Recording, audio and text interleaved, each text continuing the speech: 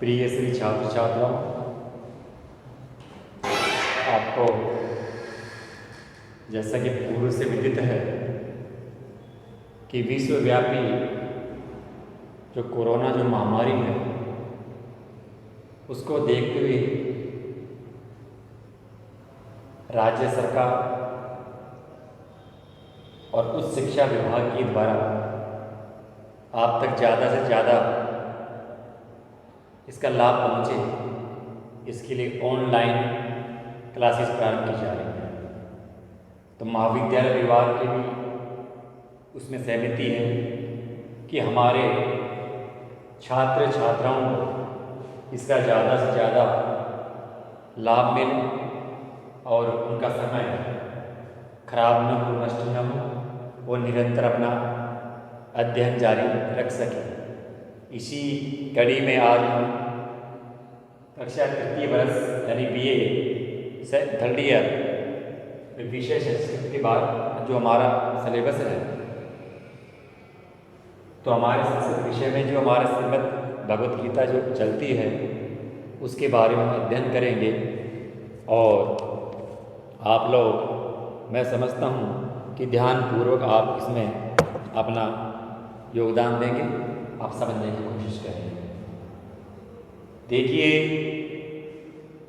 प्रिय छात्र छात्राओं, ये समय ऐसा है कि हम न चाहते हुए भी कई बार समय की अवहेलना कर देते हैं या हमसे जानबूझकर समय की अवहेलना हो जाती है। जो समय चला गया वो कभी पुनः लौट कर नहीं आता, और जो समय के साथ चलता है, समय को समझ जाता है, वह छात्राएं अपनी मंजिल को अवश्य प्राप्त करते हैं, सफलता प्राप्त करते हैं। आज छोटा सा वाक्य हमारा प्रारंभ हो रहा है। श्रीमद् भगवत गीता, जैसे कि आपने नाम सुना है, श्रीमद्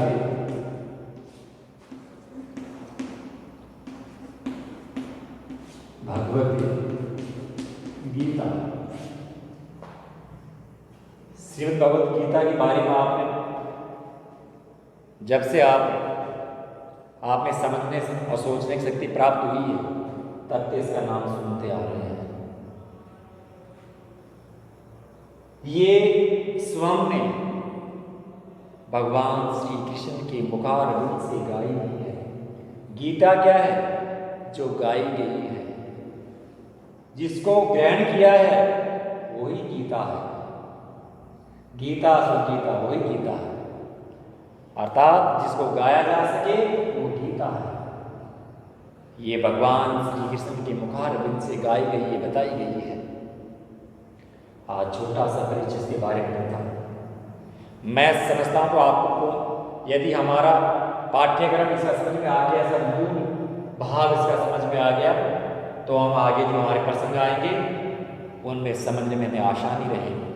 यदि पूर्व में इसके विवरण के बारे में हमने कुछ नहीं समझा तो हमारे, मैं समझता हूँ, ये इस पुस्तक का ज्ञान प्राप्त करना संभव नहीं होगा। तो आप ध्यान से सुने।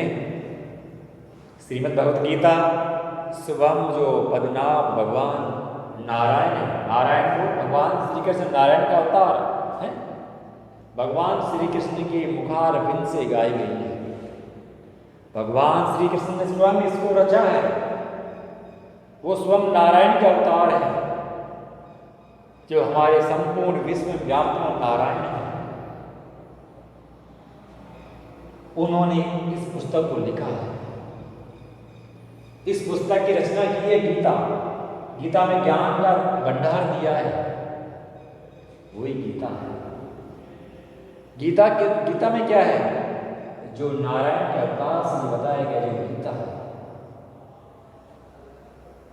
भगवान श्री कृष्ण संसार के पालन करता है, दिव्य दृष्टि रखते हैं,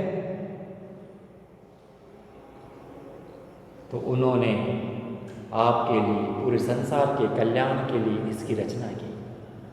श्रीमद् भगवत गीता में 18 अध्याय हैं, कुल 700 श्लोक हैं। कितने अध्याय हैं? 1800 श्लोक हैं, 700 श्लोक। 18 अध्याय सॉरी 18 अध्याय और 700 श्लोक है।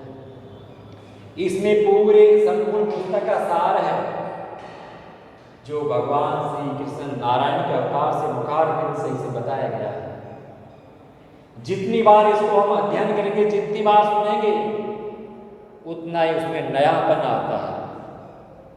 श्रीमद् भगवत गीता को बार बार अध्ययन करेंगे तो नया नया ज्ञान प्राप्त होता है, नई नई उसमें कुछ न कुछ नई बात हमें समझने को मिलती है, सुनने को मिलती है। वो हमारे जीवन को अंधकार से उजाले की ओर ले जाने वाली होती है, क्योंकि ये साक्षात भगवान का अवतार है, भगवान ने लिखा है इसमें।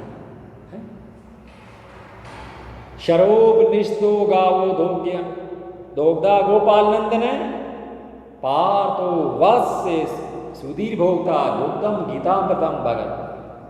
समस्त उपनिषद गाय के समान है। उसके दोहने वाले स्वयं कौन है? भगवान श्री कृष्ण है। अर्जुन गोवत्स है और गीता रूपी अमृत दुग्ध है। तथा इसको कौन ग्रहण करता है? शुद्ध बुद्धि वाला, जिसका मन मस्तिष्क में मैलापन है, दुर्बुद्धि है, वो गीता रूपी अमृत को नहीं पी सकता, इस ज्ञान रूपी पिपासा को नहीं पी सकता। इसका ज्ञान कौन प्राप्त कर सकता है? जिसका मलिन से रहित मन है, जो सच्चरित्र वाला है, जो नारायण के अवतार को मानता है, भगवान को प्रत्यक्ष में मानता है। भगवान सर्वत्र है, सब जगह है, सब जगह विराज रहे हैं, कण कण से लेके मन मन तक सब जगह है। वो ही श्रीमद् भगवद गीता के ज्ञान को प्राप्त कर सकता है, वो ही इस अमृत को पी सकता है, वो ही गाय के दूध को पी सकता है, भगवान के चरणामृत को पी सकता है। उनमें से आप भी हैं। आप यदि लगन है, आप में मन है, तो भगवान श्रीमद् भगवद गीता की अमृत को पी सकते हैं। लेकिन उसमें क्या चाहिए? हमें भाव चाहिए। बड़े भाव, बिना भाव के कोई भी कार्य नहीं होता है। आप महाविद्यालय में आ रहे हैं और आप में भाव है, मुझे चलना है, मुझे अध्यापन कार्य गुरु मुख से सुनना है, अध्ययन करना है, आप निश्चित रूप से सफलता प्राप्त करेंगे। और आपका मन नहीं है, हम कोई भी कार्य सफलता की ओर प्राप्त नहीं कर सकते। इसलिए भाव, जिसमें भाव है वो ही नारायण के अवतार को प्राप्त कर सकता है। वो ही नारायण की द्वारा जो बातें बताई गई हैं, जो ज्ञान बताया गया है, उसी को ग्रहण किया जा सकता है। अब ये क्यों लिखी गई? कौरव और पांडवों के बीच में युद्ध का नगाड़ा बज चुका था, रणभेरी बन चुकी थी। एक ओर कौरव सेना विद्यमान थी, तो दूसरी ओर पांडव सेना विद्यमान थी। दोनों के सेनापति अपनी सेना के साथ में युद्ध के मैदान में उपस्थित थे। युद्ध में तनिक भी देरी नहीं थी और युद्ध होने वाला था, क्योंकि होने वाली घटना को कोई भी नहीं टाल सकता। उसी युद्ध में पार्थ अर्जुन के सारथी कौन थे? नारायण श्री कृष्ण अर्जुन के सारथी थे। सारथी चलाने वाला। उसी समय अर्जुन को मोह हो गया, अज्ञानता प्राप्त हो गई, और अज्ञानता हमेशा व्यक्ति को विनाश की ओर लेकर जाती है। तो अर्जुन ने श्री भगवान से कहा, आप मुझे दोनों सेनाओं के मध्य में लेकर चलिए, ताकि मैं ये देख सकूं मेरे सामने कौन है, मेरे प्रतिपक्ष सेना कौन है। मैं किससे युद्ध करूंगा? मेरे साथ में कौन है? मेरे विरोधी कौन है? तो भगवान श्री कृष्ण ने अर्जुन को युद्ध के मैदान में मध्य में लाकर रथ को रोक दिया। जब अर्जुन ने चारों तरफ देखा तो अर्जुन को मोह हो गया। मैं किससे युद्ध करूं? जिनसे युद्ध करूंगा वो तो मेरे सज्जन हैं, अर्थात मेरे ही हैं। भीष्म पितामह है, दोनों के दादाजी हैं। गुरु द्रोणाचार्य जिससे पांडवों में शिक्षा प्राप्त की है और कौरवों में प्राप्त की है, उनके भाई एक के सगे संबंधी दूसरे के सगे संबंधी हैं। शकुनी मामा, उनका मामा जो हमारा, किससे युद्ध करेंगे?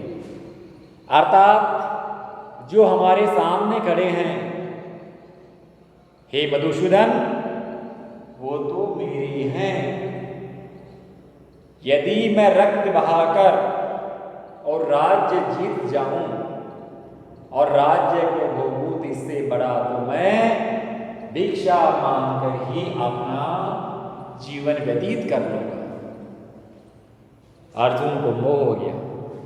हे मधुसूदन, ये भी आवश्यक नहीं है कि युद्ध में वो जीतेंगे या हम जीतेंगे। युद्ध में तय थोड़ी होता है। दो पहलवान जब कुश्ती करते हैं, कभी कभी अपन देखते हैं जो ताकतवर दिखता है, अनुमान लगाते हैं यही जीतेगा, और जो ताकतवर नहीं दिखता है वो कुश्ती जीत जाता है। ऐसे अर्जुन ने कहा कि ये तय नहीं है, ये निश्चित नहीं है कि युद्ध में कौन जीतेगा, कि मैं जीतूंगा या कौरव जीतेंगे। इसलिए मुझे युद्ध नहीं करना, मुझे इस राज्य की आवश्यकता नहीं है। मैं रक्त बहाकर ऐसे राज्य को प्राप्त करना नहीं चाहता। उसी समय श्री मधुसूदन ने पार्थ को जो ज्ञान दिया, पार्थ को अर्जुन, अर्जुन का नाम पार्थ क्यों पड़ा?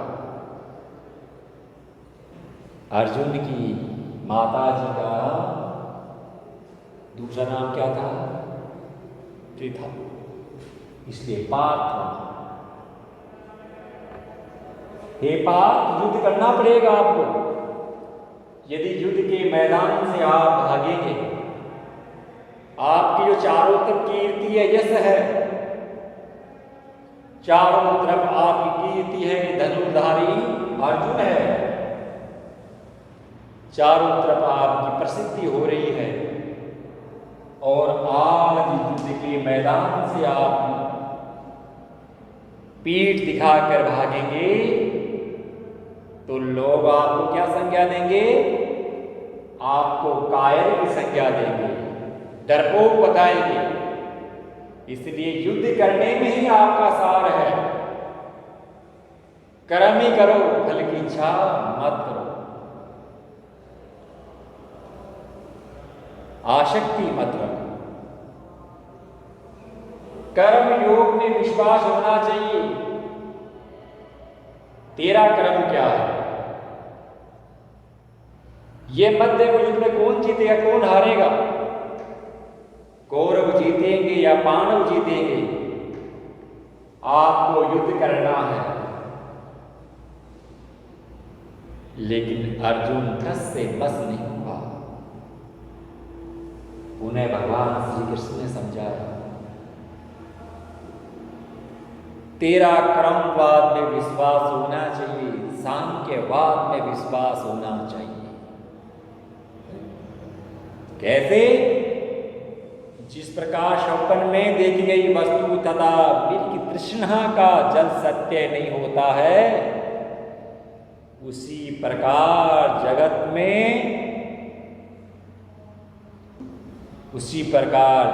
में भी केवल भगवान ईश्वर सत्य है, बाकी सब मिथ्या है।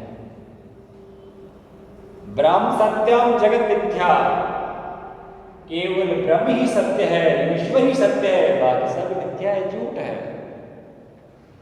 अरे इस स्वप्न में अपन नाना प्रकार के सपने देखते हैं, न जाने क्या क्या उसमें अपन दिखाई देता है, देखते हैं, लेकिन जैसे ही हमारी निद्रा टूटती है तो सारे सपने हमारे टूट जाते हैं, अर्थात वो सत्य नहीं होते हैं। इसलिए हे अर्जुन, ये मोह रूपी अज्ञानता को आपको त्यागना है। जितना आप मोह रखेंगे उतनी वेदना होगी, उतना ही कष्ट होगा। और ये सत्य भी है। आज हमारे आसपास देखते, परिवार में देखते हैं, जितनी हम वेदना करेंगे, और वेदना कारण क्या है? मोह है, क्योंकि मोह से ही वेदना होती है, मोह से ही कष्ट होता है। इसलिए कर्म योग कर, आपको कर्म करना है, फल की आसक्ति नहीं करनी। फल देने वाला तो मैं स्वयं हूं, मैं पद्मनाभ, मैं बैठा हूं। आपको कर्म करना है, आपको युद्ध करना है। कर्म कैसा? जो पुरुष जगत में हृदय भाव समस्त पदार्थों का भगवान का स्वरूप समझकर सिद्धि असिद्धि का फल को त्याग कर कर्म करता है, वही कर्म योग है। अर्थात कार्य करते समय जो किसी बात का या किसी अन्य का फल की इच्छा नहीं करता है, वही क्या है? कर्मवाद है, वही कर्म है। कर्म क्या है?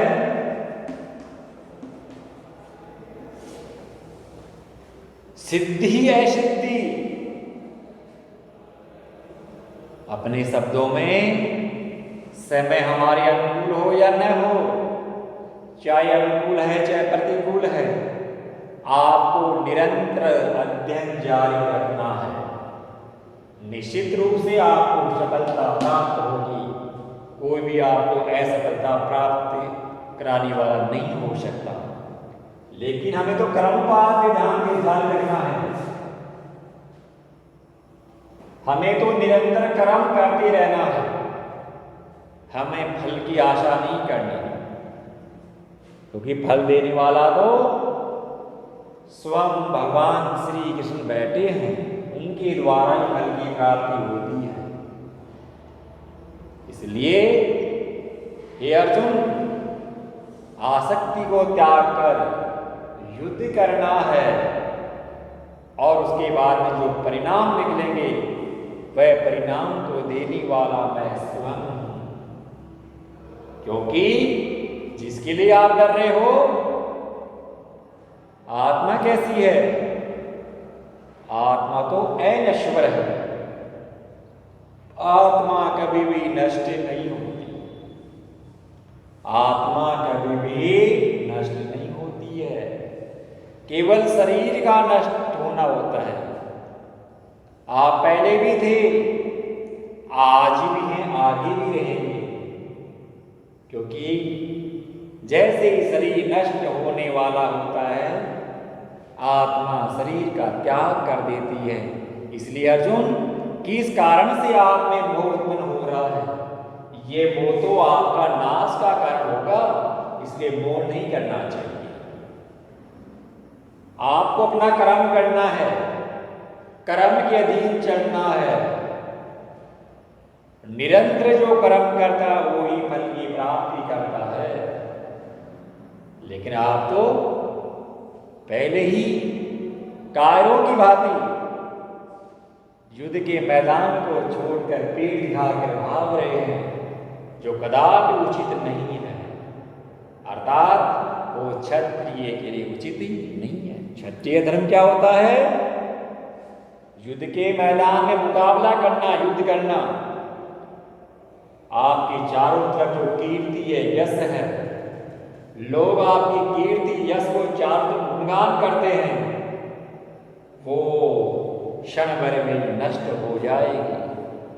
इसलिए आप केवल कर्म करते रहें, फल देने वाला तो मैं बैठा हूं। आत्मा तो आज यहाँ है, कल वहां। अरे छोटा सा उदाहरण दे रहा हूं, आपके पास में नए वस्त्र आ जाते हैं, हम पुराना से लगाव कम कर देते हैं, नए वस्त्र धारण कर लेते हैं। उसी प्रकार आत्मा आज इस शरीर को छोड़ के दूसरे शरीर में प्रवेश कर जाती है, तो फिर किस बात का मोह करना, फिर किस बात की गलानी करना। हमें तो निरंतर जो हमारा क्षत्रिय धर्म का कर्तव्य है, उस कर्तव्य की पालना करना है। इसलिए हे पार्थ बस अर्जुन, अपना कर्म करो, कर्म के अनुसार चलते रहो, फल की इच्छा मत करो।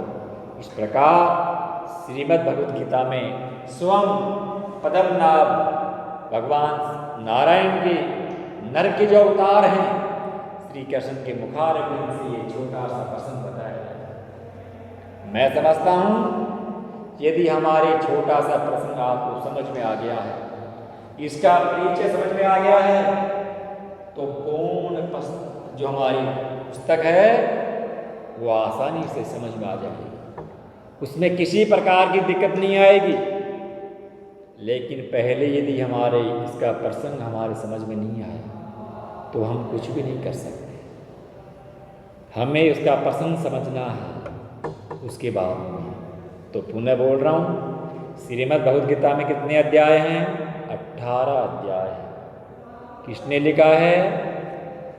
श्री कृष्ण देवपायन वेद व्यास। गीता क्या है? गाई गई है। किसका सार है? भगवान श्री कृष्ण का सार है। 18 अध्यायों में जितनी बार उसको बार अध्ययन करेंगे, उतनी ही बार उसमें नई से नई कुछ न कुछ हमें सफलता प्राप्त होती रहती है, कुछ वस्तु प्राप्त होती है, ज्ञान प्राप्त होता है। इसलिए आप लोग जो ऑनलाइन क्लास महाविद्यालय की ओर से जारी है, उसका ज़्यादा से ज़्यादा लाभ लें, क्योंकि ये जीवन है। आप ये नहीं समझे कि कोरोना महामारी में तो वही ऑनलाइन क्लास लेकर क्या करेंगे। नहीं, समय को इस प्रकार से आपको व्यर्थ में व्यतीत नहीं करना है, आपको अपना जीवन बनाना है। तो एक बार पुनः मैं आप सब छात्र छात्राओं का अभिनंदन करता हूँ, स्वागत करता हूँ। मेरी सबसे मनोकामना है, मैं ईश्वर से प्रार्थना करता हूँ, स्वयं नारायण से प्रार्थना करता हूँ, आप सबका कल्याण हो, आप निरोगी रहें, स्वस्थ रहें, आपका, आपके परिवार का, महाविद्यालय का, राष्ट्र का नाम रोशन करें। आपकी जो मन की इच्छाएं हैं, उनको स्वयं नारायण आपकी इच्छाओं को पूरा करें। इन्हीं शुभकामनाओं के साथ में पुनः एक बार आप सभी का धन्यवाद। जय भारत।